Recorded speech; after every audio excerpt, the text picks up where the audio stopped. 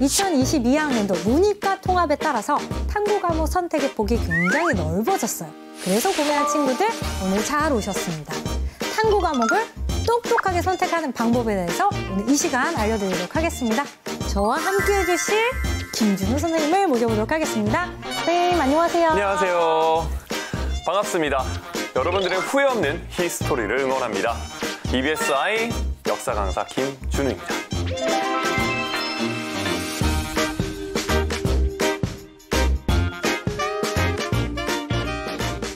우리 2022학년도 문이과 통합에 따라서 사회탐구 과목 총 9개, 그리고 과학탐구 과목 총 8개. 그래서 합쳐서 총 17개 과목 중에 2과목을 선택하는 체제가 됐거든요. 네, 그래서 이제 선택을 하는 경우의 수가 굉장히 많아졌는데요. 맞아요. 이렇게 경우의 수가 많아진 만큼 뭐 따로 이것이 정답이다 이건 없는 것 같아요. 여러분만의 또 맞는 조합과 선택 방법이 분명히 있을 겁니다. 네. 이 시간 여러 가지 팁을 드리도록 할 텐데요. 그걸 듣고 한번 결정해 보시면 좋겠습니다. 네. 그래서 오늘 이 시간 사탐 대표 강사이신 선생님과 그리고 과탐 대표 강사 제가 같이 열심히 힘을 모아서 여러분들 탐구 선택에 대한 팁을 드리도록 하겠습니다. 네. 그럼 선생님, 네네. 우리 이 탐구 선택을 똑똑하게 하기 위한 첫 번째 기준이 뭘까요? 첫 번째 기준은 바로 학생부 종합전형과 수능을 동시에 준비하는 과목을 선택하자입니다. 두 마리 토끼를 한 번에 잡자 이런 말씀이신 거예요? 그렇죠. 아무리 뭐 정시 비중이 높아진다 하더라도 수시 포기할 수 없죠. 그렇죠? 그랬을 때 추천드리는 방법은 고등학교 2학년 때 배운 탐구 과목에서 한 과목 정도, 특히 사회 과목은 선택을 해주시고 네. 그다음에 고3 때 배우는 과목에서 사회 과목 한 과목을 선택하면 좋습니다. 왜냐면 이제 수시 학생부 종합전형을 대비하는 친구 같은 경우엔 3학년 1학기까지 성적이 들어가거든요. 그렇죠? 그런데 내가 3학년 때 배우는 사회 과목 중에 수능에 보는 과목이 없어요. 그럼 공부하기 좀 힘들죠. 힘들죠. 혼자 해야 되죠. 맞아요. 그리고 이제 수능 공부하느라 바쁜데 선택도 안 하는 사회 과목을 공부하기란 참 쉽지가 않습니다. 그래서 웬만하면은 2학년 때 잘 나왔던 거 하나 잡고요. 네. 3학년 때 내신과 동시에 대비하면서 가시면 학생부 종합전형과 그다음에 수능을 조금씩 잘 버무려서 현명하게 두 마리 다 토끼를 잡으실 수 있을 겁니다. 그렇죠. 우리가 또 수험 생활에서 시간 관리가 참 중요한 만큼 선생님 말씀하신 대로 고3 때 배우는 과목 한 과목, 그리고 고2 때 내신 성적이 잘 나왔던 한 과목을 선택하면 효율성 면에서 정말 좋은 선택이 되겠네요. 네, 맞습니다. 그럼 선생님, 이 탐구 과목을 고르는 두 번째 기준은 뭘까요? 네, 수능에 집중할 수 있는 과목을 선택하자. 입니다. 일단 수시보다는 정시에 집중하는 친구들에게 해당되는 말이고요. 아무래도 선택 과목 중에서 등급이 조금 더 잘 나올 수 있는 과목의 그런 요소들이 있는 과목이 있어요. 대표적인 게 사회에서는 생활과 윤리와 사회문화라는 과목이 있습니다. 생윤사문? 네, 그 이유가 첫 번째, 수능을 공부하는 데 있어서 대학 반영 비율이 높은 과목이 국어, 수학, 약간 이런 주요 과목에 집중되어 있다 보니까 탐구 공부 시간을 최소화하고 나머지 시간을 이제 국영수에 집중하는 이런 이제 전략을 쓰는 거죠.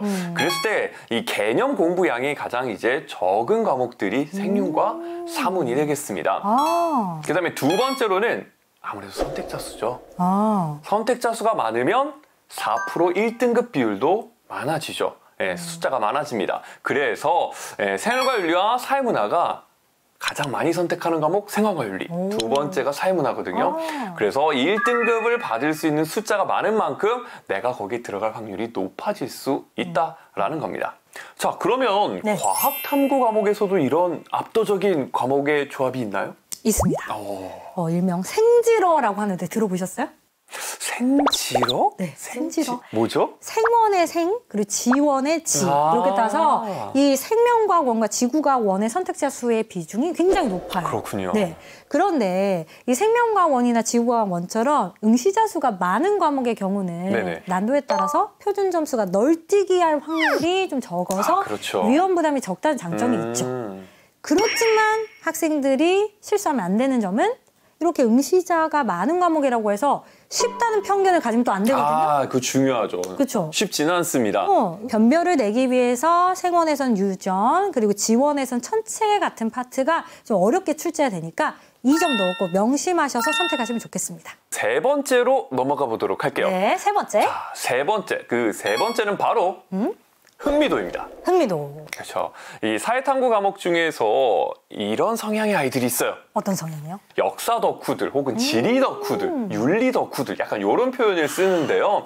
정말 매니아층이라고 불리는 아이들이 있어요. 있어요. 그래서 역사 덕후들은 주로 세계사, 동아시아사 이 두 과목 역사 과목을 선택을 하고 그다음에 지리 덕후들은 한국 지리, 세계 지리. 와. 그다음에 윤리 덕후들은 윤리와 사상과 생활과 윤리. 이런 식으로 이제 쌍으로 과목을 아예 선택을 해버립니다. 자, 이러면 장점은 어떤 게 있냐면 과목 간의 시너지가 있어요. 역사 같은 경우에는 동아시아사 내용이 세계사의 거의 절반입니다. 그래서 내용이 확 줄고요. 그 다음에 윤리 같은 경우도 생활과 윤리 선택 많이 한다 그랬잖아요. 네네. 그런데 윤리와 사상을 공부하면 생활과 윤리가 쉬워집니다. 오. 그 다음에 지리도 역시나 마찬가지로 한국지리, 세계지리 거기 나오는 이제 지리와 관련된 여러 가지 개념들이 대부분 중복되는 것들이 꽤나 있습니다. 그래서 이 과목들 간의 시너지를 통해서 좋아하는 거 그리고 더 좋아하는 공부량도 주는 이런 모습을 볼 수가 있죠. 맞아요, 쌤. 그래서 수능은 장기 레이스다 보니까 과목의 난도나 유불리를 따지기보다는 내가 긴 시간 즐겁고 행복하게 공부할 수 있는 과목을 선택하면 좋을 것 같아요. 그래서 저는 개인적으로 네네. 내가 정말 좋아하는 과목 하나, 그리고 내가 정말 잘할 수 있는 과목 하나 이렇게 고르면 조합이 좋을 것 같습니다. 자, 그리고 이렇게 좋아하는 과목들을 선택을 하게 되면은 처음엔 점수가 잘 안 나올 수가 있어요. 그쵸. 네, 그런데 이 괜히 덕후겠습니까?